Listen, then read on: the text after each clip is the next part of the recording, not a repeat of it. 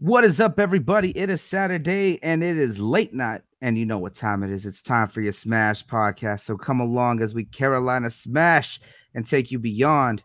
As always, we have the usual suspects here on the panel. As you can see, it's looking a little small. Our boy Super G got held up at work, and Soul King is taking care of some family matters. So all respect to them. As for the rest of our special guests, they got caught up with some conflicts, and they're gonna hop in once they're available. But I'm gonna have to show them the reason that I'm called Bloody Knuckles for a reason. But other than that, let's take a look at who we got here. We got, as always, the man with the plan, Mr. Operation. What's up, Eric? What's up? Glad to be here again. Once again, talking nerd culture. Been chilling lately for me, playing some Monster Hunter World. Hit a wall. What was it? Anjanat. Anjanat. Yeah. Fucking T-Rex nibbles a damn cat, but it's good. It's all good.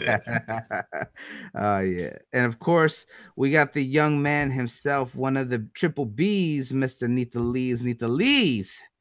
Hey, what's going on, guys? Neth here, and honored to be here again, talk about the nerd culture, and I've just been chilling. I've been making a lot of videos, and they've been making the rounds around, so pretty excited that they've been doing so good lately. Man who hates fighting movies. Let's go. That's right. Oh, before we get started, this man over here, after we've been talking about it, is telling us you just like, I ain't seen a fight movie. You ain't even seen The Karate Kid. No, I have not. Bro, like, everyone seen The Karate Kid. Like, I mean, everyone. Even my grandma has seen The Karate Kid. You frauding over here. Is that the one with Jaden Smith? No, not Karate Negro. I'm fucking with you. I know that. That's the reboot. Although that one wasn't bad at all. I did enjoy it. Oh yeah. But yeah, man, like this episode was special for me because, like I said earlier this week, and to give everyone what kind of spurred this on is that Jean-Claude Van Damme, the man himself, JCVD, the muscles from Brussels, I tweeted out that it was Bloodsport's 30th year anniversary. And I got thinking, man, I remember that movie when I was young. Bloodsport was probably one of the coolest action films back when I was young. And really, it was one of the movies early on for me that inspired me to start studying martial arts and all that stuff. And here that it's 30, like, I knew the movie was old. I didn't realize that movie was older than me. But seeing as Jean-Claude was always a big 80s action star, it makes a little more sense.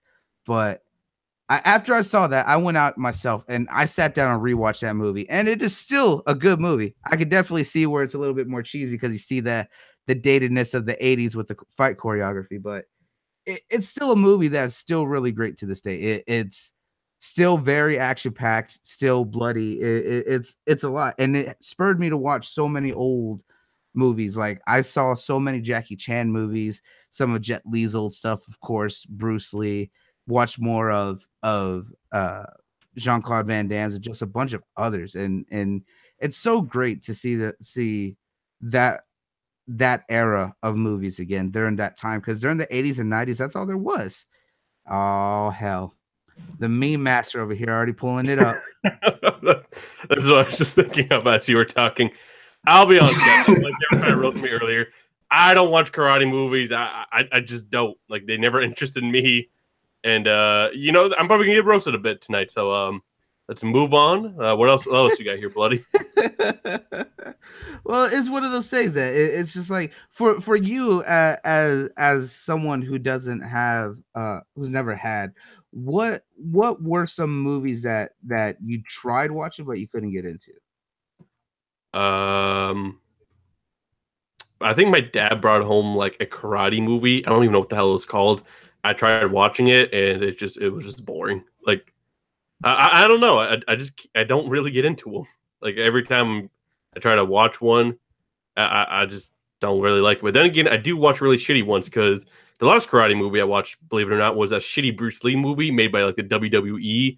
I watched it on the plane ride back home, and yeah, maybe I just watched the bad ones or something. Probably, because there's so many good movies. Whether you're looking at old school Japanese movies or even Chinese martial arts or Korean and all around, there's so many good ones. Well, what are some of the ones that you've watched or that you've seen and have some touch up with? Off the top of my head, the Raid's pretty good. Ip Man. I don't think I ever saw the second Ip Man. Probably tried to finish it, but couldn't at the time. What else? I doubt the Rush Hour series counts if there was probably a pseudo fighting movie.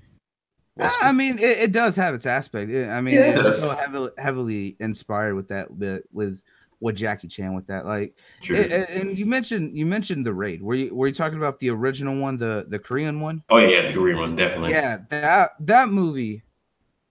Because we talked about this with Mighty Moss himself. Is that the Raid was such a good movie and so very unique in the way that it was. It's just that one was probably one of the most brutal martial arts films that I saw. And it was great too because of the fact that it was about a small group of officers going in to raid a drug compound in a small apartment complex and Right. getting trapped in there because of the fact that it was a setup, right? And you're basically following one officer going through the whole apartment complex, having to fight all the residents that are under this the owner, which is the drug lord's kind of sway. Henchman. Yeah, kind of his henchmen having to fight through all the levels of the apartment complex to get out. Right. It And was very grounded and gritty movie as well. It wasn't like this over top fighting movie we've seen in the past as well, oh, which is why I absolutely. liked it so much because like it's like nonstop intense throughout the whole movie. But I'm just really going off just like old memories of the movie that I've seen before. But yeah, it's definitely one of my favorites up there. Ip Man Oh, as well too. oh, of course, Donnie Yen is probably one of the biggest martial arts masters out right now. Yeah. And him portraying the immortal master himself, Ip Man. If you don't know who Ip Man is, that is Bruce Lee's teacher. Hmm. Bruce Lee learned Wing Chun from Ip Man and later adapted that into Jeet Kune Do when he later translated it to its own style, because most people don't understand is that with Wing Chun it was a very aggressive defense. You wouldn't really be aggressive with it. You would use all of your opponent's energy and momentum and power against them. Whereas Bruce Lee wanted to learn how to have that aggressive offense and aggressive defense. And he later transitioned what he learned from Wing Chun and a couple others and created Jeet Kune Do. It's a nice Yeah. little history. Um. Yeah, I You know forgot what? that there was his teacher as well. I did Yeah. watch that one karate movie, Kung Pao into the Fist or something. Oh, and There was a cow at one point. I yeah. also watched Kung Fury, and I know about Johnny Karate. So I know some stuff, guys. Oh man, look at this in the chat. Neth, you getting roasted by Avers over here. He said you don't even watch the movies we're talking about. It could be Moxie. You never know with using G4G media. Oh yeah. Oh, don't worry out there. We know that he's frauding up in here. I could do my homework or just say fuck it and be lazy. Yeah, we know which one that you chose. At least you can say Kung Fu Panda count as a fighting movie. At least you didn't say that. I've watched Kung Fu Panda. There we go. That's another. Even with that, like that was actually a good one. Like people, First one was good. Second one was Yeah. like meh. The Second one was fucking terrible. Oh yeah, but Yeah, the Kung Fu Panda was actually an Yeah, interesting the one. first one was good. I did enjoy that because you did look at having, because each of the animals were actually based on their martial art style. Yep. Because in Chinese martial arts, you do have, the tiger's fist, you do have the serpent, you do have the praying mantis style, and there's monkey style. Then of course there is the bear and a lot of what you saw around there. But that one was a really done movie. Like they actually took the time to actually really showcase the martial arts. It had its funny points because I did love the voice actors in it, but it did have its aspects. Yeah, I guess for this movie series, like for me, I guess there's probably a little too many jokes in it for me, which I didn't like the second and third one that much as well. Because I see the premise of the movie and what they're trying to do with it. I'm thinking like in my head, it's like it probably would be so much better actually with like a more serious tone. But that's just me. I mean, yeah, but I mean, it's DreamWorks. They're Yeah, they're Yeah, it's about a fat panda. yeah, definitely not expect no gritty movie from them. yeah, but I mean, at the same time, you got to realize the main character is Jack Black. Jack Black has always been just a funny dude, Oh and yeah, his definitely. Yeah. humor shows throughout that. But I mean, you got to think too, like with action movies and martial arts films, it has such a lasting impact because we're talking about the Raid, right? And how crowded and clustered those hallways as the main character is fighting through the apartment, and it's him and his partner trying to survive, and you see them interacting with a lot of the residents in there, and the very idea of how the raid worked and going through those multi layers through this apartment complex is actually what inspired the new Judge Dredd. If you've seen the new Judge Dredd, Love that movie. yeah, the new one, the He got remake. shit on, but I don't care. I just love the movie to this day. Whoever hated on the Judge Dredd remake is full of shit, because the fact Definitely. that was a great reboot. Because if you go back and watch the original Judge Dredd, oh, it's something else. Don't get me wrong, I still love it because it's a classic and it is still Sylvester Stallone, but was it very cheesy? So I never saw the original. It did have some cheesiness to it, because there's the part where you find out that one of the other officers is corrupt in the judges, and and Sylvester Stallone, which is Judge Dredd, is fighting him, right? And he's just like, "You don't know the law," and he's like, "I am the law." Yeah, how did it do in box office? I didn't pay attention at the time when the reboot came out. But Yeah, no, but the original, it has its cheesy aspects, just like a lot of those old movies. If you go back and watch the original Total Recall with Arnold Schwarzenegger, oh man, that's cheesy. But the new one is very interesting. But there's been a couple remakes that have been very good and interesting in the way that they do these takes. And the new Judge Dredd was really great because it didn't hold back. It was very extreme the way that Judge Dredd is, because in the comics, if you ever read the comics, he really does follow his aspect and code of judge, jury, executioner very heavily. Like that is what the judges are. They are exactly that. Once they find you in, and breaking of any laws, they will do that with the extreme prejudice. And he was one of those ones that did not hold back, and we saw that in the movie. But you see where it took cues from a lot of other films, and the aspect of this remake is that when they go into one of the mega city blocks, and if you don't know what mega city is basically these giant cities that have all these little blocks in them, right? And he goes to one where there was a big drug outbreak and stuff, where there's no gangs and stuff like that, and he was going to arrest them. Well, the leader who runs the block, basically she runs all her gangs and drugs through there. They locked the building down. They locked the block, right? And so it's him and his rookie fighting through all these blocks trying to get to her, because they were going to go there to arrest her.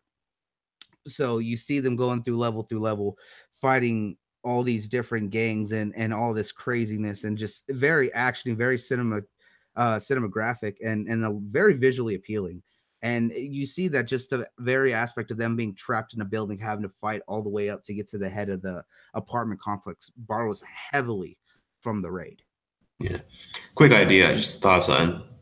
I feel like Judge Dredd will make like a really good Netflix show with a budget of also Carbon. Yeah, the judge played by Carl Urban. If y'all remember, he did the reboot. I think it'll do actually pretty well as a Netflix show. It would be a very good, interesting Netflix show. I believe that there's talks that Judge Dredd is getting a sequel, which would be interesting, because that would be great, because they're going to follow the rookie, as well as some of what Dredd is still doing. But it is really good, because we really saw her come into her aspects with her powers, as well as being a judge throughout the movie, which was really great. It was a really good story, the way that they did it. I know a lot of people really hailed it as a good reboot, where a lot of people elsewhere, hated on it, where it didn't really deserve a lot of the hate that it was getting. Not at all. Yeah, just like Bright got a lot of award to hate. But I feel like as far as Marvel shows on Netflix, Judge is not even Marvel at all, but that can work as well. A Moon Knight show will really work on Netflix as well, especially going to persona of Mr. Knight instead of the original Moon Knight. I feel like that will work on Netflix as well. Speaking of action movies, yeah, because Moon Knight is a very complex character. He is people complex. People call him he's a Batman of Marvel, but I don't see him as that at all. He definitely has more layers. Yeah, he's definitely layered, but he's exactly like I mentioned before. He's a vengeful spirit for the gods, for the god Khonshu. Yeah, he is that. He is their weapon, just like how Ghost Rider is the spirit of vengeance for hell. You know, Mm-hmm. that's the same way that Moon Knight is, and Moon Knight is a very cool and badass character. Oh, what's Yeah, this? definitely, man. What about the No. movie? Speaking about Moon Knight, like, do you think we can ever get like maybe a Netflix show? Like, what do you think his future might be? You definitely work a Netflix show, like I said a little bit earlier. I can really Because see him like, doing one of that because I don't know if he'll do it good as a standalone movie. yeah, because Moon Knight could be just as big of a hit as Daredevil, if not more. Like, he's actually a really unique character. He looks good on camera, like, because he has a really cool costume and everything. Yeah, And there's a lot you could work with that. It's like it's a really real drama. You can make it really rated R, which would be kind of cool I because mean, like that's it what would be Netflix does well with. yeah, and it would be another very visually and very brutal show, similar Hmm. to how the Punisher was. The Punisher, like I said, man, was a great series, and that one didn't hold back on the brutality. It didn't hold back on the action. It showed the complexities of Frank Castle, and with the fact that they changed the story of the villain, being his friend. Originally, they in the comics they didn't have that connection of being being in the same unit out at war, and some Yeah. storylines where Frank was a vet, but tying that together, making Hmm. him they were both a part of that, Suicide Squad, that special ops unit that was on covert missions and stuff, that added a lot more depth to the complexity of why Frank wanted to kill him, but why everyone was trying to get him to do better, and I really like the way that they did Microchip, which was the guy that he was in the bunker with, who was just going by Micro. His full alias was Microchip, but he kind of helped him to learn, hey, there's more than one way than just killing. And Micro also learned at the same time, sometimes you have those situations where killing is the right way to take care of something. Yeah, absolutely. Like what you mentioned with Killmonger, like they changed his origin up to make it better. And I think they did the very same with the Punisher, which it was really great watching that show. And I'm sure they'll do the same for Moon Knight. Maybe like maybe they can even make him better with some of his characters and so on. I don't know about Moon Knight because he has a really good run, especially by Bendis and Lemire. If they could go about the Adventures of Moon Knight run or like One Day by Yeah. Bendis, I feel like it would actually work really perfectly on Netflix as well. They probably make a few changes to Moon Knight, but like I don't think it's necessary for him to have to deal with Killmonger. That's what I think. Yeah, Yeah, absolutely. and what do you think about, especially for Moon Knight alone, is that one, Moon Knight really does bring in that nice diversity, because as we looked into his origins, he's of Jewish descent, and we get to see a much different styled character in that aspect, Right. because you see that his origins is he's the son of a rabbi, Hmm. and he goes into breaking away from that and going out to war and joining up as a mercenary. Like he has one of those aspects of being very unique, whereas Frank, was trying to be, just a regular soldier and trying to do things right and proper. This guy, he didn't want that. He wanted to be in the thick of it for whatever reason. That's why he joined up as a merc. Yeah, definitely, man. There's really a lot they can do with Moon Knight. Oh yeah, he would definitely be an interesting one. But you know, did you with the raid, the second one um was very interesting. It was much different take, but it still wasn't as bad, but it wasn't as good as the first one, I would definitely say. And right now there's talks of them doing an American reboot of it, and I'm not sure about that, because there was another good movie, a really good one, that was Korean, and it's called Old Boy. Now, if you've seen Old Boy, I will tell you this right now. It is fucked. Like, if you want to talk about messed up, this one is to the extreme messed up. All right. So the main character gets taken from his family at a young age, right? He's taken away from his daughter, his wife's killed, and all that. And he's taken to this facility where he's basically spent most of his life locked up, tortured, and all sorts of stuff. And then one day, he fights his way out. And it has one of the best fight scenes, because it's him against just this crowd of dudes in a hallway. And this dude cannot fight like the way that you would think. So it's Wait, from the well, Daredevil first season, did that first fight scene with Daredevil in the hallway, did it get inspiration from that movie? No, that Okay. the hallway and the staircase scene from the first season of Daredevil, that was from somewhere else. Okay, But, okay. but this one, it's like you see the hallway from a side view, so you're looking down at its Like a side. 2D side scroller. Yeah, kind of like that. Okay. And it's him fighting against like this massive amount of dudes, just swinging at everyone, using all the weapons that they have, just kind of attack it. And like, there's so many parts where he's just getting winded. They're all winded, and then they get back up and kind of, just teasing it, and then they go right back at it. He's fighting his way down this hallway, out to get away, to break free. And when he does, he's picked up by this girl who finds him kind of like all battered up and just kind of left out. And she takes him home and takes care of her. And he's spending time with her, they're talking. And well, they get talking, and basically they get down to the dirty and do it. Well, by the end of the movie, you find out the girl that's been taking care of him is his daughter. Yeah. I'm getting flashbacks of Terror and freaking Deathstroke. Because of the fact that he had been missing for, I think it was like 10 or 15 years. He did not see his daughter since she was a kid. Mm-hmm. And she didn't remember what he looked like. And like the movie itself is so good, but it's messed up in a lot of ways. And they did a reboot of that, an American reboot of that. And it just did not have the same appeal. Like they tried redoing the hallway scene, and it didn't match up to what the original Old Boy did. Yeah, something should be left in the past how they were. Never needs to reboot. Exactly. And there's some that get reboots that are well done, but there's just some that really shouldn't. Like that one was one of them that was just so good. And for them to do the reboot of it, they tried to capture the magic of the original, and it fell flat really badly. Yeah, sometimes it just can't be done. It can be really hard to recreate that same, intensity as the original movie is brought for the first time, though, which would be definitely a challenge on its own. But sometimes you just can't do it. Yeah, it's one of those things where it really is hard to match up to some of the magic of the originals. And we've seen that with so many different movies and shows throughout the years. There's some shows that we think are original, which are actually remakes of much older films. Yeah, Pacific Rim is not much of a remake, but it's like it took inspiration from like an old, what was a Japanese comic, I believe.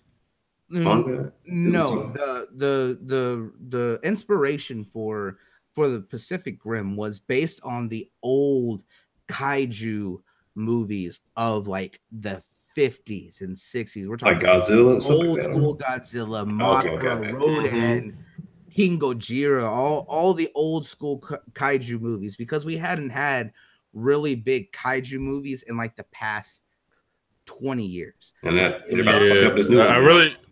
Yeah, exactly. I really wish it would have helped the new one, but we see where that one's heading. Yeah, and that one's going to be interesting. I'm still Michael Bay written all over that shit. I'm calling it right now. See, I'm still going to go see it because I do like it, and it is one of those things just because of the fact that it's better than Transformers. I'll say that than the past few, and yeah, go into that. It's like the Jaegers from what the trailer's seen. They have no respect for like the mass physics of the actual real world. Like the first Pacific Rim, you see them step outside, this shit gets fucking crumbled, breaks apart, right? Yeah. But in this one, the trailers, they're hopping off like little buildings. They're like sitting there, they're all fighting everything. I'm like, well, I mean, this is like 30 or 40 years of the future, so they've rebuilt. So they got an uber concrete from Wolfenstein with this shit all practically unbreakable. Okay. I mean, probably. You never know. It's the future. They have giant robots. Come on, let's be honest. True. I'll give him that. This little nitpick I got. That's movie logic for you.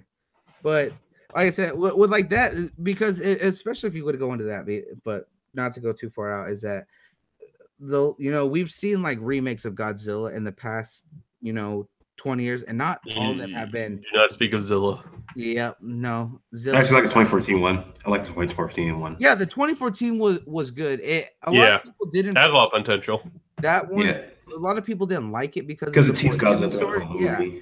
Yeah, but it did do what it was trying to do right, and it's setting up for a lot of big things. And I'm glad that they're really taking the time with that, because now we're gonna see We saw King Kong Skull Island, It's good too. and that all tied to that, and that's going to lead up to next year with Godzilla versus King Kong, next year is Godzilla King of Monsters, and then it's going to go into King Kong versus Godzilla, and King of Monsters.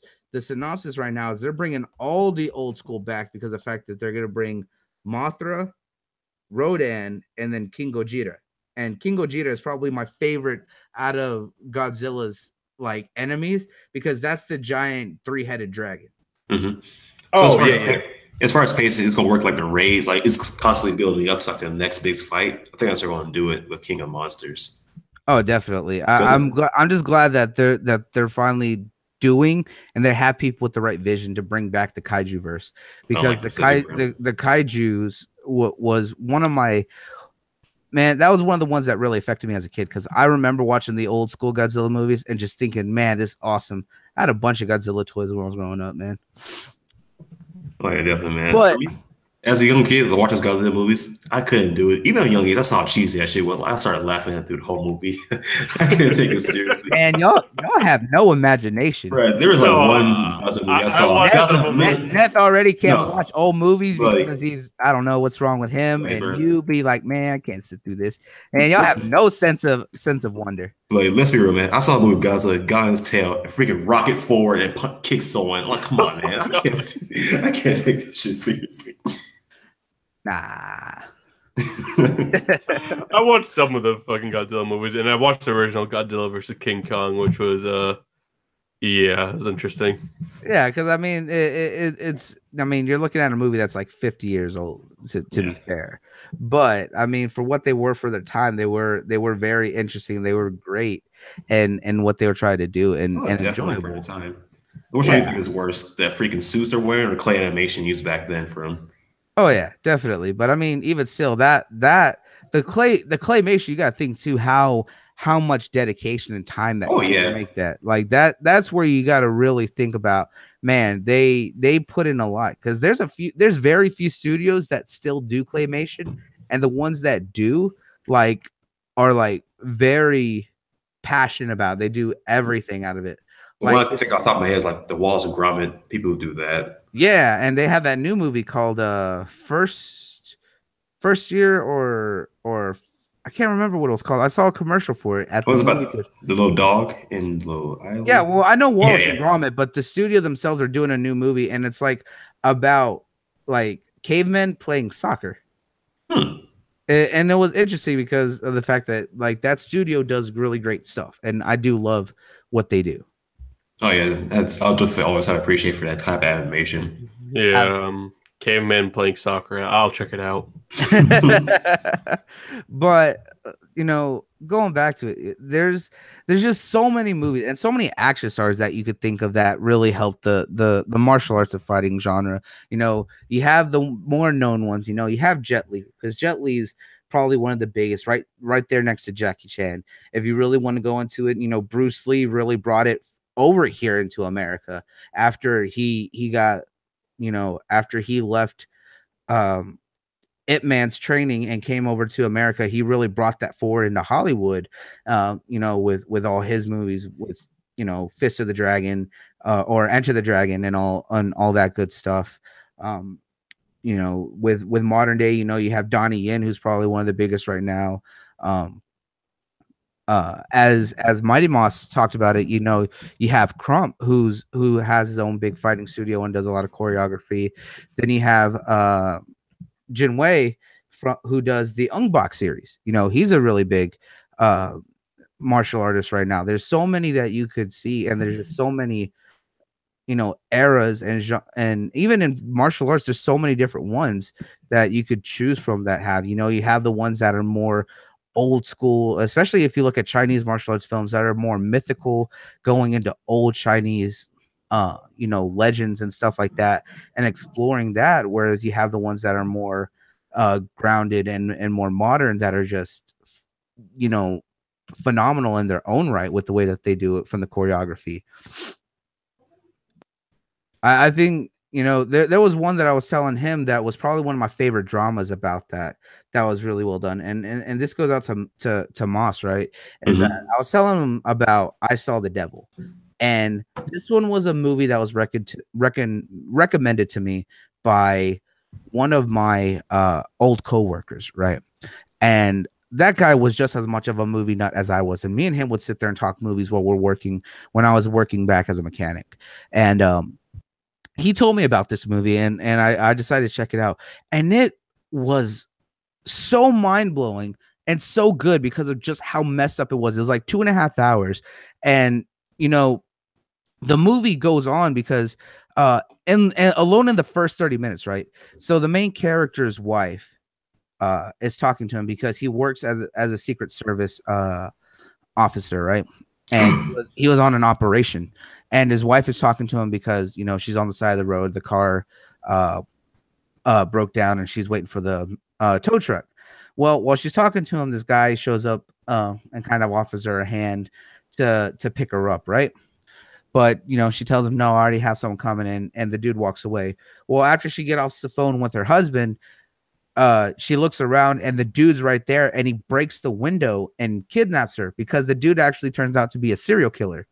And he drives around in a little like taxi bus that they have in those mountains looking for victims, right? So he kidnaps the wife and he kills her. And then when the husband finds out, you know, they're looking in the area where they were reported missing, and he finds her body and bags in the river, and he loses it. So he tries to go out. He basically quits the force and goes after every known contact he has that were gang affiliated contacts, and he's trying to find out any information about anything, and he finds out potentially of a guy who might have been there, and he goes looking and he finds him in the middle of kidnapping another person, and he jumps this dude while he's trying to kill this other girl, and basically beats the living hell out of this dude. Like, this is just the first 30 minutes, right? He's beating this dude to an inch of his life, and then he knocks the dude out, right? He drugs him and puts a tracking chip in the dude's body. He basically has him ingest a tracking device and then leaves. The dude wakes up like brutally beaten and like freaking out, and he runs away. Right. This sounds like some Batman Arkham Knight shit. We beat someone up. This dude, the main character is following the serial killer, just beating him up when he thinks that he's safe. He just comes out of nowhere and then beats the dude to hell, and then leaves and keeps just letting him wake up. This is some Arkham Knight shit. He beats shit out of thugs and leaves, goes to the rest of the city. Yeah. But the thing is, like, it gets messed up because of the fact that the guy's hubris gets to him when the guy realized that he's being tracked and followed. And there's one interesting part after he gets it out that, you know, his the only thing that he had left was his wife's sister and her father, and the dude finds out about it, and the serial killer ends up killing the sister, believes the father alive. Damn. And that's because of the fact that the dude could have ended it, but he wanted his revenge. So he just kept beating this dude. And there's one interesting scene, right? Where this guy is like beaten, walking through the forest, right? And he finds a car and he weighs it down, and it's a taxi driver. And he gets in the car, and the taxi driver's sitting there talking with him because there's another dude in the back seat of the car, you know, that was already in it. And you see them talking, and something seems off. And the serial killer looks at the taxi driver and then looks at the dude in the back of the seat. And then they all try to stab each other because all three of them are serial killers. Yo, whoa! So you see them like trying to kill each other in the car and then crash it. Oh man! Oh, that's like the movie is so good because it's so mental. Yo, so all three of them were serial killers, right? Yeah. Well, you see the other two. They're not there throughout the movie, but the main serial killer does have like two accomplices he meets up with later. But when he's battered and just left in the forest after the dude beats him down, he goes to this taxi and weighs it down, trying to get away. And then the taxi driver and the dude in the backseat that were already there were all serial killers. So what about the guy that was an ex-CIA agent? He finds them finds the car because after they crash it, he follows the crash and sees the dude trying to get away, and then he just goes back to beating his ass. My man. Like this is a movie like you have to see because it is so good because it's mental, like to the extreme kind of mental that you could think of. Watching that shit tonight. And about to say, I've been recommending this movie before, but after you just explained it all to me, I'm gonna watch that shit tomorrow. Like 2.5 hours of the man getting his ass beat throughout the whole movie. Yeah, like it's so good, but like the part of it that makes it so good that also really causes the biggest heartache about it is that the guy is doing what he can to torture this dude for what he did, but in his hubris of constantly letting him go, he makes one mistake, and then his sister-in-law ends up getting killed, and his father-in-law is just left there, you know, both of his daughters had nothing left in the world, and he basically just wants to kill himself. And he could have prevented that if the dude killed him in the first place, but he let his own hubris about it get to the best of him. But by the end of the movie, like he makes it up for it, but you could see at the end of the movie that when he finally does get his revenge and everything for it, he's fucking broken. Like, yeah, he's laughing and then he starts crying. Like you see that conflict within him, and that's what makes it so good, is because of the fact that it shows if you were to go to that length and do what that happens and you mess up, what do you have left? What is there for you in that aspect? And he comes to that realization. Damn. All I can say is damn, man. Yeah, there's so many. And like I love the old school Hollywood action films and Karate Kid. You know, everyone loved Karate Kid. Everyone loved Mr. Miyagi and old Johnny Boy, right? Everyone knew that. You know, everyone knew like the tale of the underdog who was picked on, Mr. Outcast, you know, rising up against the bullies and kicking his ass. Everyone loves that story. And that's great. And there's nothing to deny the Karate deny the Karate Kid. Like that movie like impacted me a lot growing up because like I said, it was one of the first movies for me that influenced me to start studying, you know, and in my pursuit of martial arts. But now, you know, you're practicing out back on a tree stump. Yeah. I wish I had a stump in the backyard. Nah. But you got to think too that the actor who played Mr. Miyagi had passed away a while back. Yeah. And what was his name? Pat Morita had passed away. And the actor who played the kid is actually doing a new series based on the old Karate Kid movies. And I'm glad that we're seeing, you know, a lot of these old movies get these new stories or retellings, and they're being influenced by the people who did them before, because it's showing him grown up and coming back, because it's showing the old bully that ran the Cobra Kai is now head of a new martial arts school, and that it's going to show him taking on an apprentice and training him the way that Mr. Miyagi did, but trying to go up against you know, that the new Cobra Kai school. And it's interesting because of the fact that it's a story that we know, but I want to see what they do to make it more unique, especially when you're thinking that this is supposed to be like 20 to 30 years later, even in the universe that they built. Like I love going back and seeing old movies and seeing what these old stars did.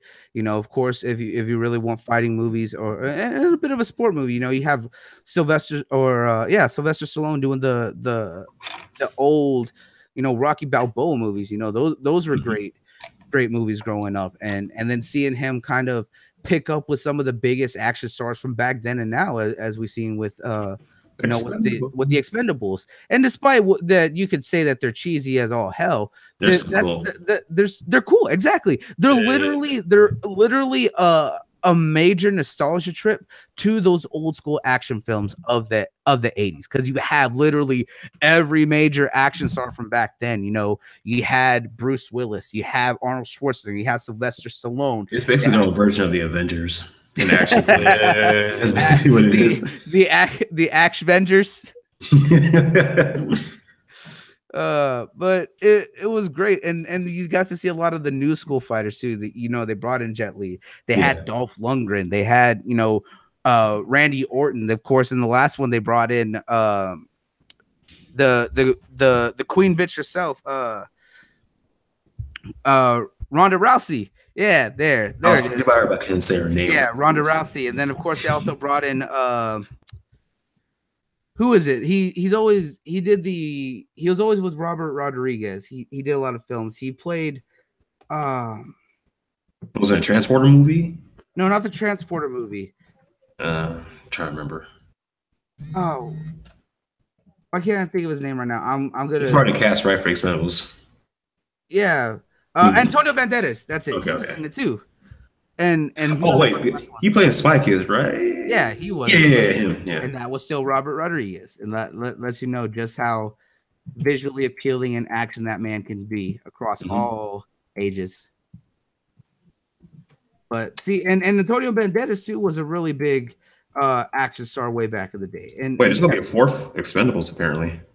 Yeah, I heard about that, and that's gonna be interesting. But see, and like I said, with Antonio Banderas too, that he was another one of those big, action stars back in the days because he did some of the Zorro films.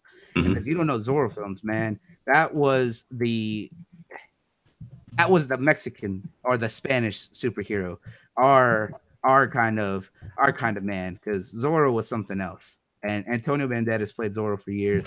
He was also in probably one of his greatest action films that I really love was the Desperado series of films, because that was, and again with Robert Rodriguez, was one of Antonio Banderas' biggest series, because that was the Mexico trilogy, because he had it El Mariachi, which was the first one, and then Desperado was the second one, and those ones really showed him as a big action star, because man, those are something else, man. I'm trying to remember Desperado movies. It's been so long. Desperado, where he's like the mariachi. He has that guitar and he walks around, but he's a right. Yes, man, I love him.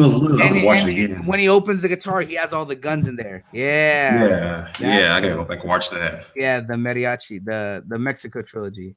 That was Antonio Banderas and Robert Rodriguez, and those two were another probably the biggest team ups for years. If you think about actor and director pairs, Robert Rodriguez and Antonio Banderas have been together for a long time. But that one was one of my favorite, was seeing him in the Mexico trilogy as El Mariachi. And that showed back in the 90s that him as his action star. And, those were some of the big ones too. But there's just so many, like I said, there's just so many different genres in this series that or in this subgenre alone that you can kind of go through to really think about these. Yeah, it's probably one of the most slept on like genres out there, though. Really is. Like I love action films and martial arts and all that, but man, like they're ones that when they come out, either they're not done good, they're instant classics. Yeah, when they're really good, they're phenomenal because it shows the like work that goes into it. It's like why I loved the From Dusk Till Dawn series, man. Like those ones were great. Yeah. It's definitely one of the genres that you can easily mess up, become like a livestock of the industry. Because there's people who go into it that don't give it the attention to detail that they want. Like exactly. Like when it comes to martial arts films and action films in general, it's something that really takes a lot of requirement. It's why I love watching like Jackie Chan's old films, because if you know anything about Jackie Chan, he did all of his own stunts. He had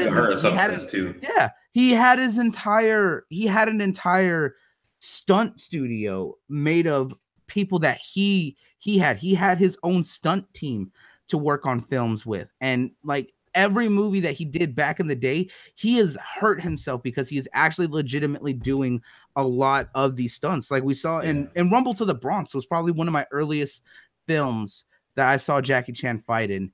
And when he jumped on the hoverboat from the bridge, and one of the scenes is that he broke his ankle. He rolled it and broke it. And you see at the end of the film when they're showing, he's in a cast for a lot of the rest of the movie because he kept doing the scenes. Yeah, he definitely has a lot of dedication to detail as well. Yeah, like there's very few actors that were that dedicated to doing what they do. Like I said, Donnie Yen was a big one.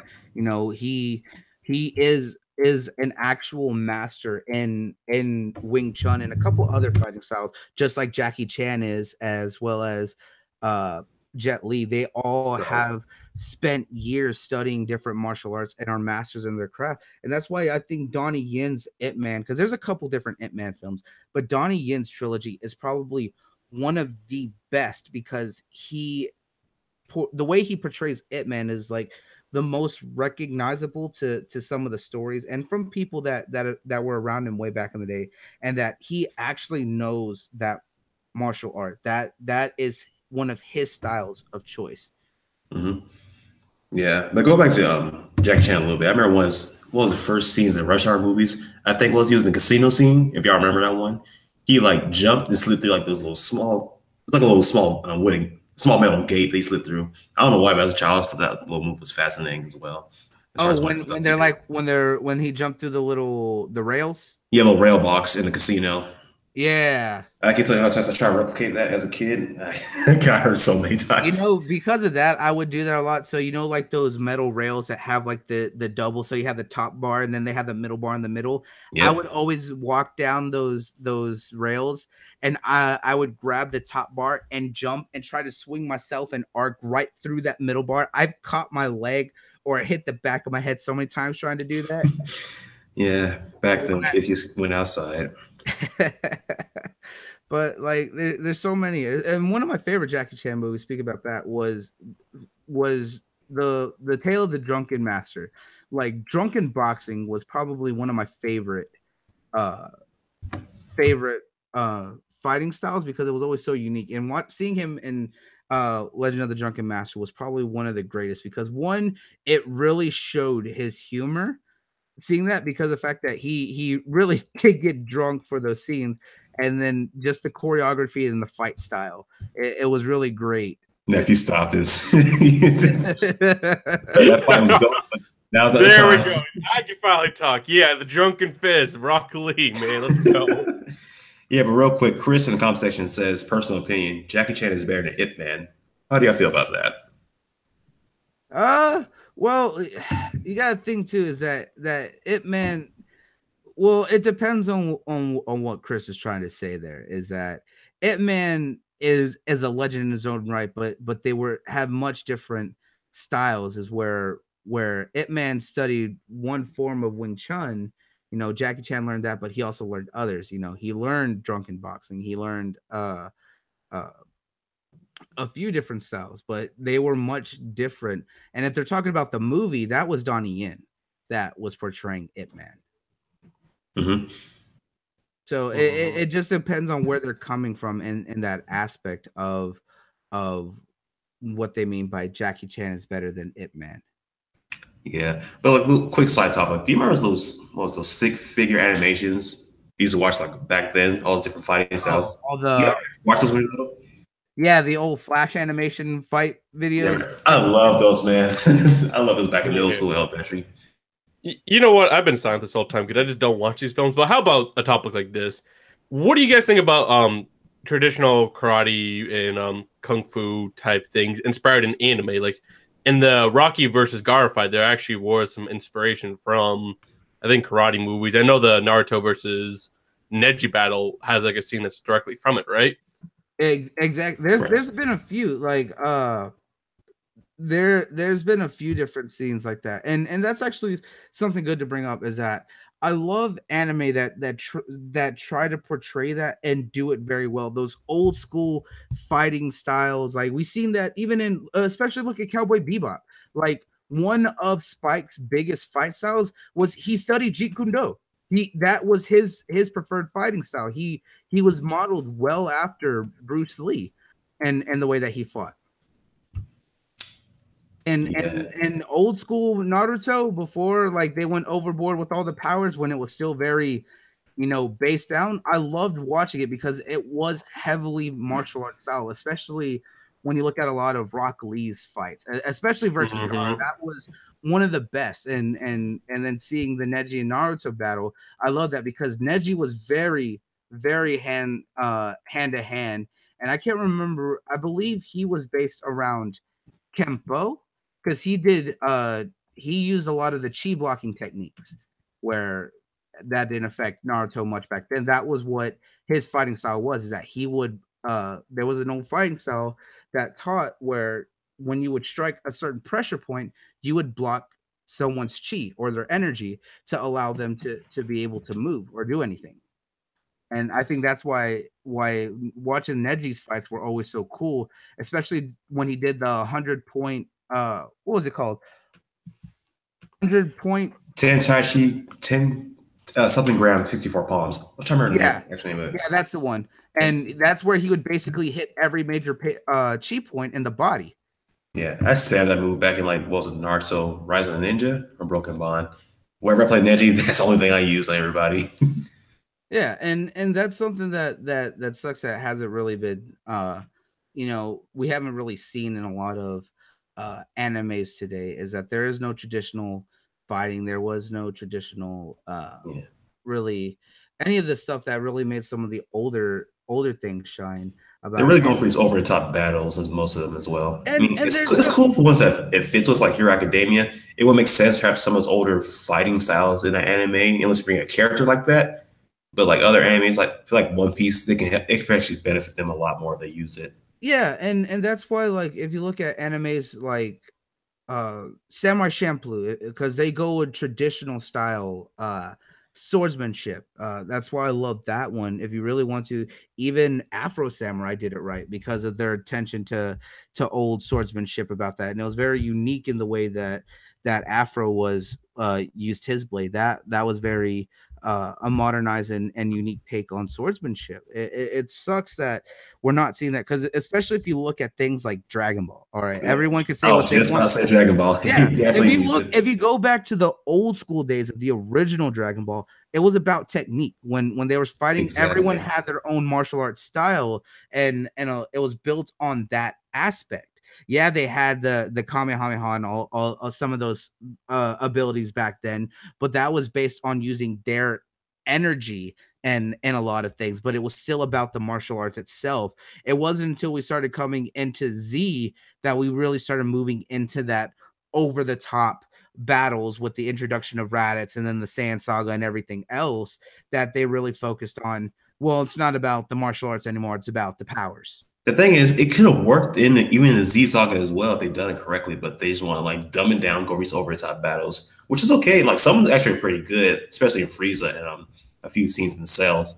But just like they really took a creative hit. And the Cell Saga, that was still they had the powers, but that one was still very martial arts based, especially when you were watching Goku and Cell fight. That one was very old school martial arts based, but after that, that's when it started going to the over the topness of everything especially Buu Saga. Yeah, especially the Buu Saga, except when Vegeta gave Goku that beatdown that he deserved. Yeah, but in all fairness, in Dragon Ball, they've been teasing Ultra Instinct Goku, and he actually uses kind of like martial art-esque techniques in it, like the way he battles in that certain form. No, you're not wrong about that, but I'm saying it's just that it took almost 15 years for them to go back to that. Yeah. And that's what I'm saying, is that there's no shows that really have that attention to detail and really follow that traditional style anymore. Like one of my favorite old school anime movies that really shows old school fighting and swordsmanship was Ninja Scroll. Ninja Scroll was probably one of the best animated movies way back in the day. Ninja Scroll was so extreme. It was so well done visually. It's hard to talk about it with people that really haven't seen it, because it's like Rurouni Kenshin. Y'all saw Rurouni Kenshin, right? No. Yeah, no. It's a fraudulent life for me. Well, we've known you're a fraud. Neth over here is losing all his nerd cred right now. But Rurouni Kenshin was, or for some people, Samurai X was talking about one of the most skilled master swordsmen, and he was so unique because of the fact that he spent years as a master swordsman and would kill a lot until one day he didn't want that life anymore. So he was unique because of the fact that his blade was a reverse blade. The blade was actually on the inside of the sword, not on the outside. So when he would strike people and fight, he would fight with the actual blunt end and the thick part of his katana. And the blade was on the inside of the sword. Yeah. So if you think of the sword, you know how it curves back, and the blade is on the outside of it, and the dull part is on the inside. Well, his was a reverse blade, so it was still curved back, but the front side was blunt, and the inside was the blade. He wanted to stop killing, so he actually fought with a reverse blade. And it was very unique. And it's one of the animes that really still hold up to this day, just like Yu Yu Hakusho.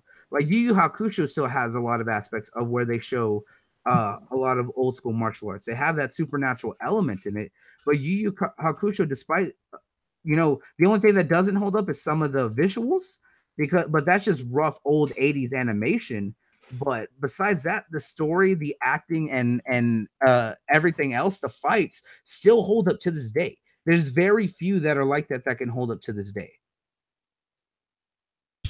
Yeah, it's definitely. I definitely have to go back and watch some of those. And you all know my list for YMA is quite tremendous anyway. Just gonna add that to it as well. Yeah, but Rurouni Kenshin is probably one of the ones that are up there, along with Yu Yu Hakusho, because Yu Yu Hakusho is probably one of the most influential, because that was one of the big ones that came to the West that really helped push the anime craze in the early days. Because of course we had Pokemon and Dragon Ball, but Yu Yu Hakusho was Pokemon. I'm sorry, well, you got to think that this was 90s, so it helped to get the kids. And back then, a lot of kids were introduced to anime with that. But back then you had, Dragon Ball, you had Pokemon, then you had things like Yu Yu Hakusho at night, you had Big O, you had of course Sailor Moon for girls, really pushing the magical girl. But like there was so many unique that still hold up well to this day. You know what I'm saying? Any input? I totally agree with him, because like I remember I was in a party with my friends. We're watching animes, because back then we used to hop on that Netflix party system, and it was really cool. And we're like, we're watching some anime. I can't remember what it was called. And our other friends like, "Why are you watching anime? You're fucking weird." And we're like, "Well, do you like Pokemon? Do you like Yu-Gi-Oh?" He's like, "Yeah." I mean, isn't that anime? And he's like, "No, it's cartoon. It's a cartoon." It's really funny. Like that's how that's how much those animes were successful. Like people they don't want to admit that they liked it, but because that was an anime, so they say it's just a cartoon. It's okay, guys. Yeah. And we were speaking about like bloody anime and martial arts and how cool stuff like that. I know that some people, they just call anime cartoons, and I really don't get it. Like, what defines a cartoon to you? Like, if it's mature, is there blood? Like, what is the line where it's just not a cartoon, where it's not a kid's thing? Well, I think you have the base definition off of region as well, because in the Western, you call it cartoon. I mean, technically, all shows are anime, because anime is short for animation, but it specifically references Japanese animation or Japanimation, as some people say. But technically, even Western cartoons are it's all anime, pretty much. It's just depending on where you are. Because if you're talking about Japanese, you can use Japanimation to specifically talk about the art style that they use, and we've seen it influence Western cartoons, but they're still technically anime. As we saw it with like Avatar and Legend of Korra, they were heavily inspired by old Japanese animation, and that made them all the better. Yeah. It really did, and that was a show that heavily was influenced by martial arts because each of the tribes and the bending in that show were inspired by a different martial arts, and that I love that aspect. Yeah, the Avatar series, Legend Core, they're really legends amongst themselves because they actually broke they pretty much broke the little the stigmatization about cartoons and anime. Because like, of course, people don't consider them anime, but they're like so closely referenced to anime that you can almost kind of reference them as that. But it's still like Western cartoons to a degree in their own little right. That's how I look at them. Yeah, exactly. Yeah, absolutely.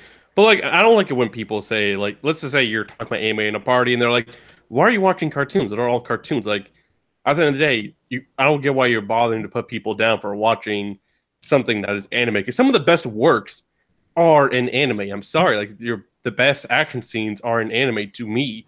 Like My Hero Academia, there's no movie out there that has better action to me than that fucking show. Yeah, like that's how I feel, especially with the like All Might versus Nomu scene and the season finale. Yeah, as far as like superhero movies, like sorry, it doesn't come close. I love superhero. There's a couple good shows that I really like that are similar, especially if you liked My Hero and One Punch Man. Samurai Flamenco was one of them that I really liked, and Samurai Flamenco starts out really funny because it follows an idol. All right, so legitimately a pretty boy who wants to do more, and he goes out trying to be a superhero in a rundown costume. And after like the first 4 episodes, everything you thought you knew about that, throw it out the window because it completely goes left, and it goes crazy, and it's great, and in a good way. It goes left because the fact that it sits as an origin story in itself, and then it goes on into a full on story, and it's very fight based, but at the same time you kind of think of it as kind of like the Super Sentai Warriors because of the way that the way that he is, but it's a great show. It really was, and it's one I highly recommend. And it's heavily enjoyable because it has the comedy you would expect like out of One Punch Man and My Hero, but it has the action and the story. And it was on Netflix for a while, but I think they pulled it because I was looking for it the other day. But it's one of those ones that are really, really great and were unique in their own right and deserve a lot of attention. Yeah, but let's go in the chat real quick. Chris said One Punch Man is boring at first. I can agree with that. For me, it was boring for like the first 10 minutes or so. I'll even give it the first episode, but after that, it just nonstop actually craziness after that. Oh, dude, I love it. It a lot of people don't like One Punch Man because of the fact that they don't like Saitama, but like the way that they're one of the best stories out there that handle an overpowered character and the most comedic way possible. Like yeah.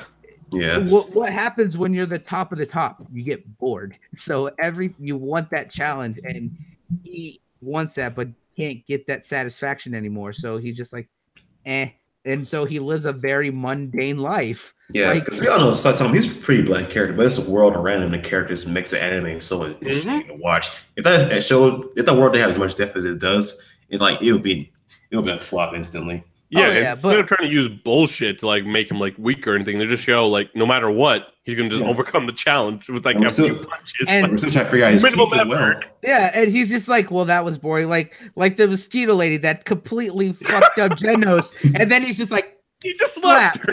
But you know what's crazy though? As we're watching the show, we all knew he was overpowered, but like each villain they show, we're like, okay, man, he's gonna get a fight this time. Oh man, this time he's gonna get a fight. I even thought he was gonna get a fight with the Sea King, but nope, one punch, just gone like that. Like, fuck, can you fight me? But you mentioned the side characters, and I want to talk about the Sea King portion. Like, remember, you see the Sea King I love that fucking up here left and right. The biker guy comes up, he's like, I'm gonna fight you. And he beats that biker guy. Yo, for real though, in the fields. You're talking about you're talking Monday about Rider. Yeah, Monday Rider. Which is funny because most people don't realize where his name comes from. The word Moomin, right? Literally is Japanese for licenseless. So he's basically just calling himself a licenseless rider because he doesn't have a license to drive or anything. So that's literally his name, is the licenseless rider. No, and that kind of goes into the humor that one has. Yeah, yo, Yeah, if you like, that's one of the few times the English dub had a big impact because I did not like the One Punch Man English dub because oh my god, they made Saitama. No, they made Saitama's so cringy the way that he would talk. Oh, I got to hear this myself now. Yeah, I've been watching it because my sister is annoying. She doesn't want to watch the Japanese, but oh my god, the Japanese is so much better. Yeah, like this is one of the ones where the English dub is just like why? Like they made Saitama so cringy in that because he's I can't even describe it except the way that he talks is just cringy. But like yeah, and usually the newer English dubs are like passable. Like My Hero doesn't have the best, but passable. Well, it's just bad. For My Hero, I give them well respects because they do fantastic job for the English dub in My Hero. It's just personally I don't like it because of the fact that to me the way that the voice actors portray the characters, their tone and the way that each of them speak don't match the personalities well enough to the characters.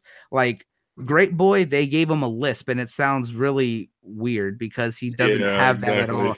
They don't have Bakugo as angry sounding as he does all the time.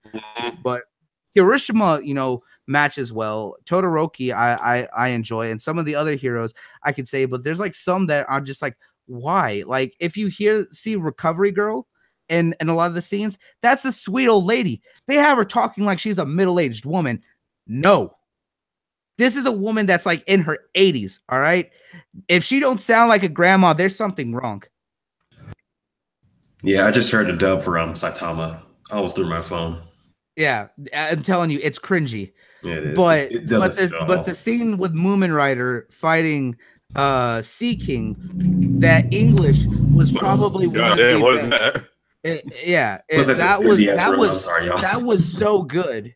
Like that scene right there, I give major props because the voice actor for Moomin Rider really sold Moomin Rider's struggle, and seeing that scene alone was phenomenal. And if you pair that with the perfect song, you say run, it has so much more impact. God, I can just imagine that. Hey, I sent you that video. I sent you that video with it. Well, I'm going to JFK for a second. We'll listen to that one more time. And I'm saying that scene paired with that song for My Hero gives it the ultimate feeling and just gets you right there because you can feel for Moomin Rider in that moment. And you can feel for Sonic when like that one scene comes up where he accidentally moves his fist.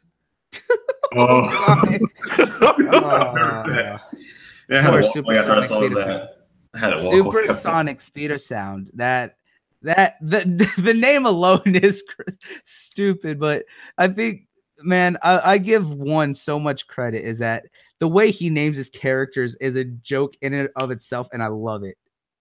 And I love that his initials are OP. It's perfect. Yeah. One punch.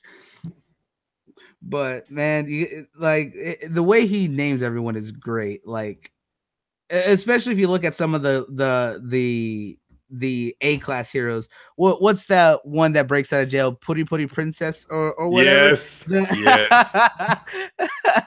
Oh my god. That one was just something. But speaking of, with one of the perfect heroes in there that actually follows traditional fighting was the old man. What guy? Yeah. Greyfang? I can't something remember. like that. Greyfang? Yeah. Silverfang. Silverfang. There it is. Silverfang, yeah. And he's probably one of the only people in there that are stronger than Saitama. And they've shown that, or they've stated that. And supposedly during the second season, we're gonna see Saitama spending more time with Silverfang and everything else. But there's still so much confusion about it all because they're still quiet about it. Just waiting. Please be good. Yeah. Please something. And especially too with the fact that they're stepping away from Studio Madhouse doing the animation to a new studio. Well, I mean it's sad, yeah, because Studio Madhouse has done great animation, but I'm gonna give them the new studio a lot of I'm gonna give them a chance to really show what they can do because this transition just makes no sense at all. I don't know why they did it. Well, they might be just taking too long. it could be that, or it could be conflict with other projects that they have going on, because we know that one is still being heavily voiced in it, and I believe they have the same director who's overseeing the project. But as for everything else, yeah, all that changed. But you know, there's just so many things that could be talked about, like especially if you want to think of samurai and swordsmanship, that were probably one of the biggest that I loved. Like, you know, there's so many old school anime or even movies, dude. Like there were so many old school movies, but one of my favorite animes that were really heavily based around swordsmanship and samurai was called Sword of the Stranger, or Stranger Mukohara, and it followed the story of a Ronin, a Japanese Ronin, a lost boy, and a Chinese swordsman, a blonde Chinese swordsman. And it's interesting because of the fact that they're caught in this big war, and you're seeing these two swordsmen constantly going at it. And what's great is that they actually have a Chinese voice actor doing the voice for the Chinese swordsman, and you have the Japanese voice actor for the Japanese swordsman, and they're talking to each other, but they don't understand. But the way that they fight, that you hear them talking and they're like, you may not understand my words, but you understand my actions. And it's really great to see that barrier kind of broken by using something as unique as fighting, especially swords, as samurai fighting. You know, a duel like that has always had such, you know, implications. And you know, they always say that actions speak louder than words. This is one of those ones where they definitely show that aspect. Yeah, definitely. Language barrier is down. You always communicate with your fists. Yep. It's something everybody can understand. Oh yeah, definitely. But that one was one of those ones that really stood out to me. But I love it because the fact that it was a really good movie, and if you haven't seen it, you really should look it up. It's called Sword of the Stranger. I'm gonna need to make me a list of anime and like anything media related, because I've missed decades of shit. Yeah, I'm about to say, because like at least I know modern shit. Op is like, what the fuck's Full Metal Alchemist? Like, what the fuck? No. I knew what that is. I just never watched it. Don't throw me under the bus. Still, I was about to say, how do you not watch that? You're about to throw him under the bus. I've had a very peculiar life. Like, seeing certain things, I haven't seen other things. Like, what he's saying is that he's lived a sheltered life. in a roundabout way, yeah. Man, how do you miss Full Metal Alchemist? Man, that's just legendary. I don't know, man. I feel like I'll see it. It's like you'll catch up. You'll catch up. A few years later. As long as you've seen Samurai Champloo, you're good. Next, also, you should check out Claymore, because that show was also good. Oh, Claymore is great, and of course, I fucking love Claymore. If you're gonna go with the old school swordsman, you got to go with the Berserk. Got to. I'm going through Berserk right now. It's good. Are you watching the actual anime and not the 90s one? Okay, good. I was about to say, don't watch the shitty like 3D animation that's on Netflix. I saw like 30 seconds of it, like, I can't do that shit. I'm gonna find it. Yeah, that is one of the ones that have that really horrible 3D modeling animation that I hate, because it's the same one that they kind of use in Knights of Sidonia. So Knights of Sidonia is complicated for me, is because the animation is god awful, but the story is good. So it has me in kind of that weird middle ground. But there are some that use 3D animation really well. Like one of my favorite ones, Space Pirate Harlock, is great, and that one's on. I think I remember that one. And that one's on Netflix. And I saw that one. And detail to that is beyond anything. Like, that is heavily detailed 3D animation. But you see some of the others, like the Berserk remake that they did, and a couple others, and you're like, man, this is garbage. Yeah, I'm on a part where they just finished finding the demon down the old castle, and just you're recovering after it. That's the part I'm on now. Nice. So it sounds like you're still in the Golden Sun arc. Yeah. Yeah, I like that one. Have you already met Griffith? Have you seen Griffith? Griffith. Okay. The sword? Okay, so if you don't know who Griffith is, you haven't met the rest of the Band of the Hawks. Isn't he the leader? No. Or no. Yeah. If you're having this trouble recognizing, you haven't got to that point yet. It's been a few days, but who's leader again? I forgot his name. Hawk. So. The leader of the Band of the Hawks is Griffith. Yeah. No, I'm seeing from the beginning. Yeah. I just can't remember his name. I was thinking I thought it's Hawk related because his armor. Yeah, it's Pretty Boy. Well, kind of. I mean, Yeah, Griffith. Pretty Boy Hawk. How long has that manga been running for then? Because it's still not done, right? Oh no, I think it's on chapter like 300 and something. Wait, Berserk's still going? Oh, Yeah. or did they take a lot of breaks? Yeah, they did because took a lot of big breaks between the big a lot of the big story arcs because the story arcs would run for long periods of time. Okay, so like is it like about as old as One Piece or like roughly in that field? It came out in 89. Okay, yeah, that shit's old. Okay. But still, it's fucking good. I know it's fucking good. Yeah, it has 39 volumes right now of it. Of the show, of the. I'm probably gonna pick up like a Tower just so I can fucking catch up on manga and shit. I'm gonna buy off Amazon. That's one of those series that I would legitimately buy the full set, like all the volumes, and put them on a bookshelf. Like that's one of those classic ones that I absolutely would love to. Yeah, but like digital shit's so cheap in the comparison. Oh my god. Yeah, digital is great on certain aspects, but I'm also a collector, so yeah, I gotta have myself a gut statue with all the mangas. One of those classic. I can buy some Black Panther comics to be real with you, some Black Panther volume right now. But like I said, when you're going with old school action, like Berserk is probably one of the best. It's one of the best, like especially like hardcore samurai, or not even samurai. He's a full on swordsman, but it's probably one of the best out there because of the fact that Guts is one of the most flawed characters in anime, like the most flawed character because he has one of the most fucked up origin stories ever. I like, and this is even coming from someone who knows how bad Elfin Lied is, right? With what happened to Lucy. No, Guts beats that by 10, more like 100. Because Guts' story is that his mother was pregnant with him, right? But she's left hanging in a tree. Yeah, that fucked up that story. And the bandits are coming through and see her stomach moving, and they cut it open, and he's born out of his dead mother who was hanging in a tree. And that's fucking sick. And they take the baby, right? They take the baby and they use him as basically a servant in their camp.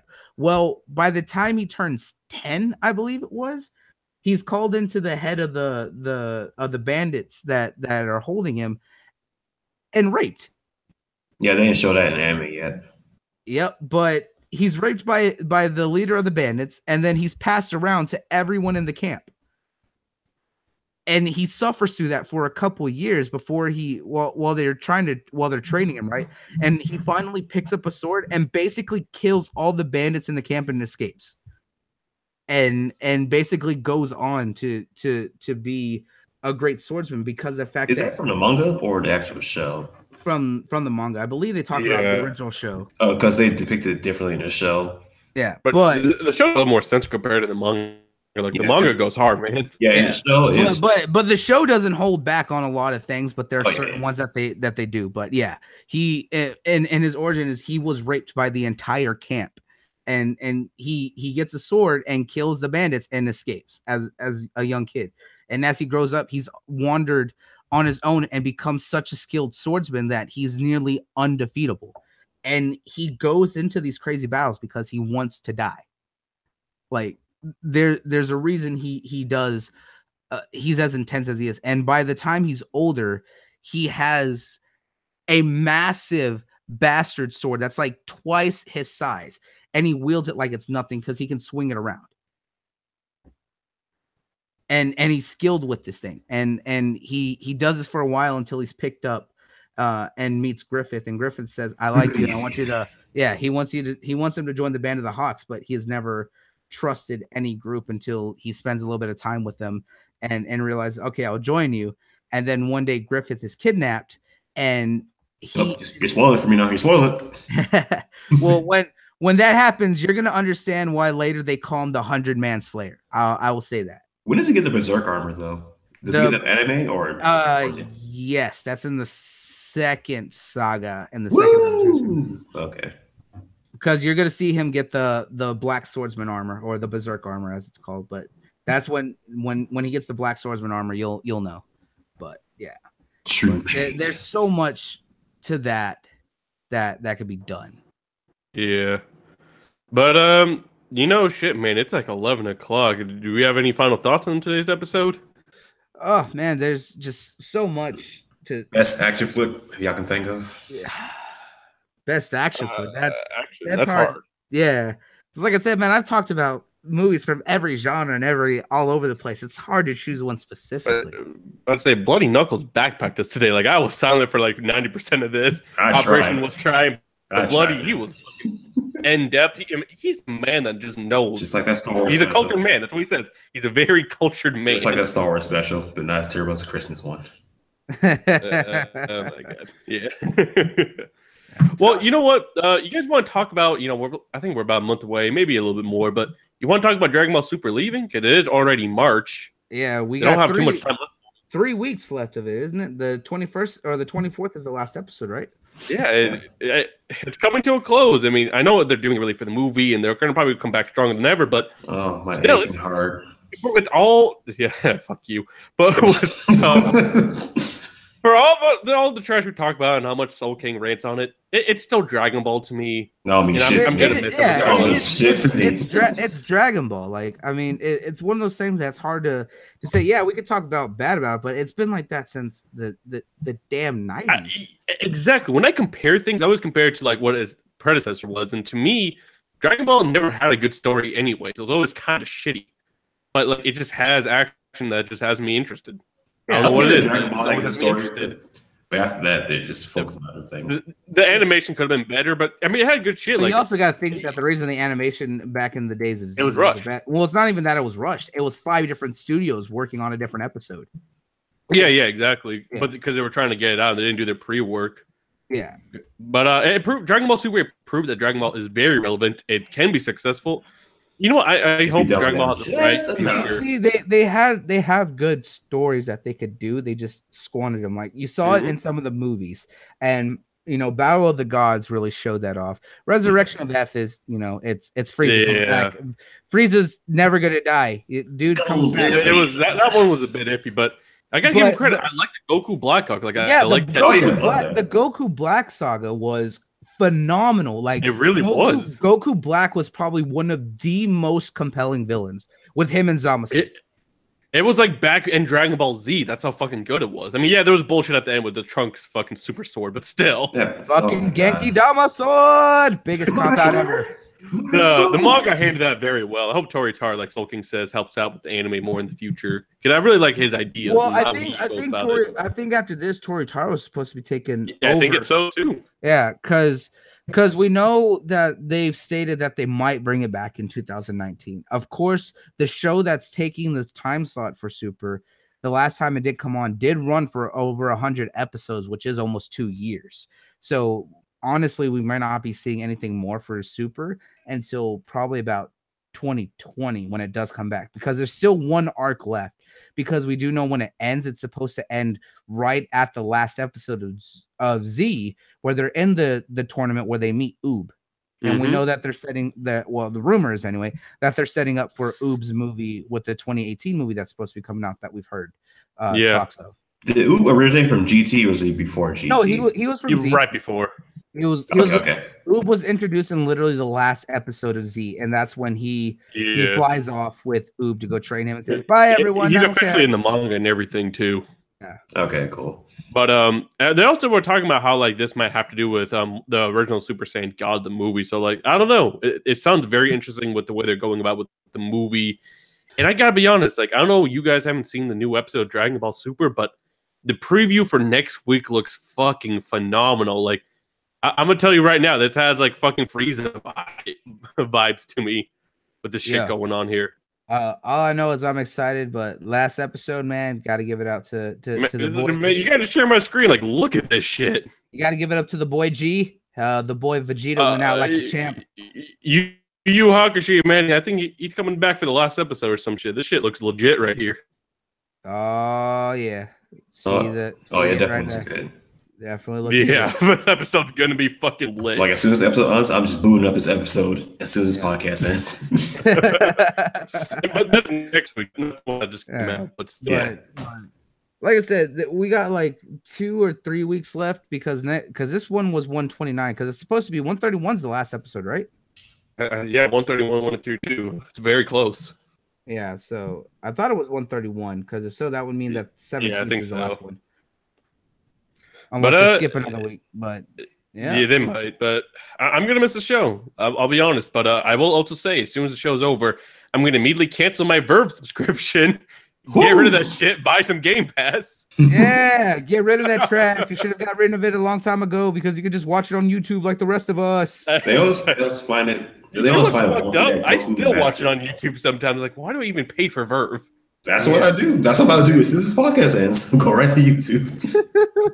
You know, it's find a wonky that Goku. But hey, if it makes you feel any better, that when that crap ends, we only have 2 weeks until season 3 of My Hero starts up. That's it? Yep. It comes out April 7th. You got me hyped. Yep, April 7th, bro. It's gonna go down. My God, you got me hyped, bro. Every week. Every week. Oh, we gotta be talking about that. My Hero Love. Real quick interjection. Does anyone find it weird that Goku mastered Ultra Instinct in like 20 minutes? Yeah.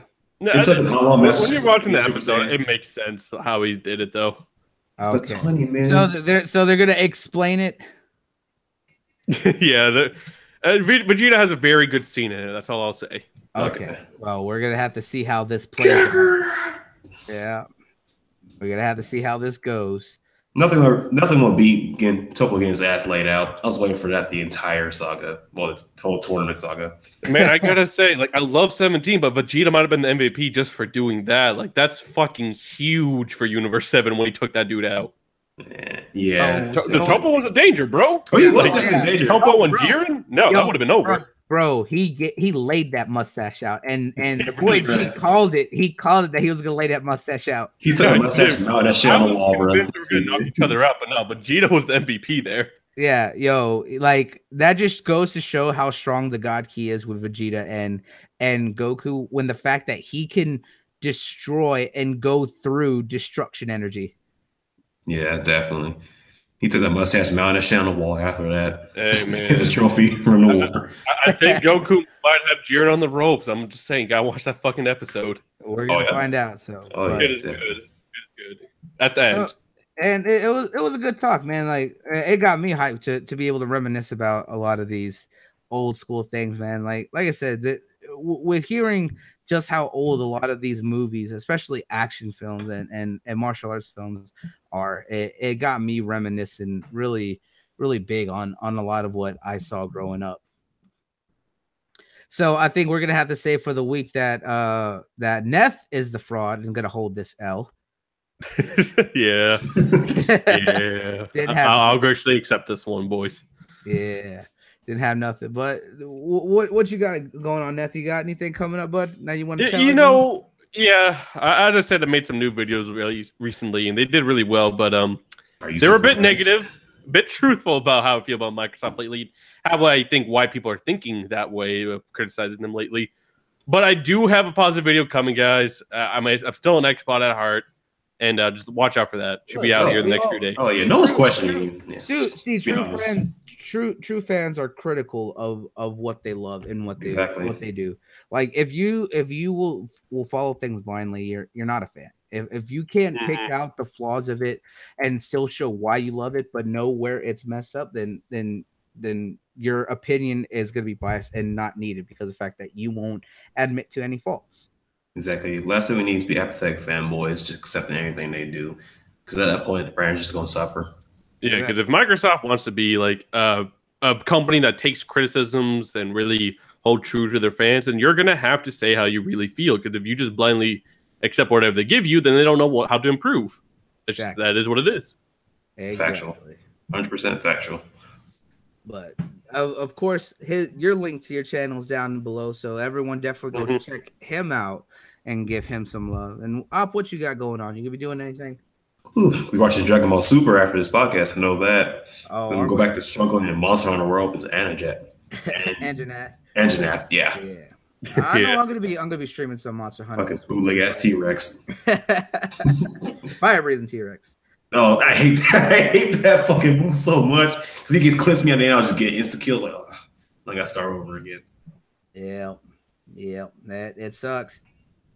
But Yeah. of course, for me, I'm probably gonna be doing a little bit of streaming here. I'm gonna start doing that. I know I'm about to hop in with Moxie and Avers from G4G, so definitely check out their channel at let's see, I think it's under Moxie's channel that they're streaming from.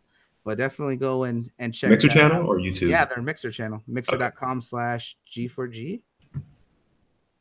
Mixer, I shall go. Yeah, but good show, guys. Thanks for checking it out. And as always, we'll be back next week for another episode of the Smash Podcast. Peace out. Peace. And take you later, guys. See you, everybody.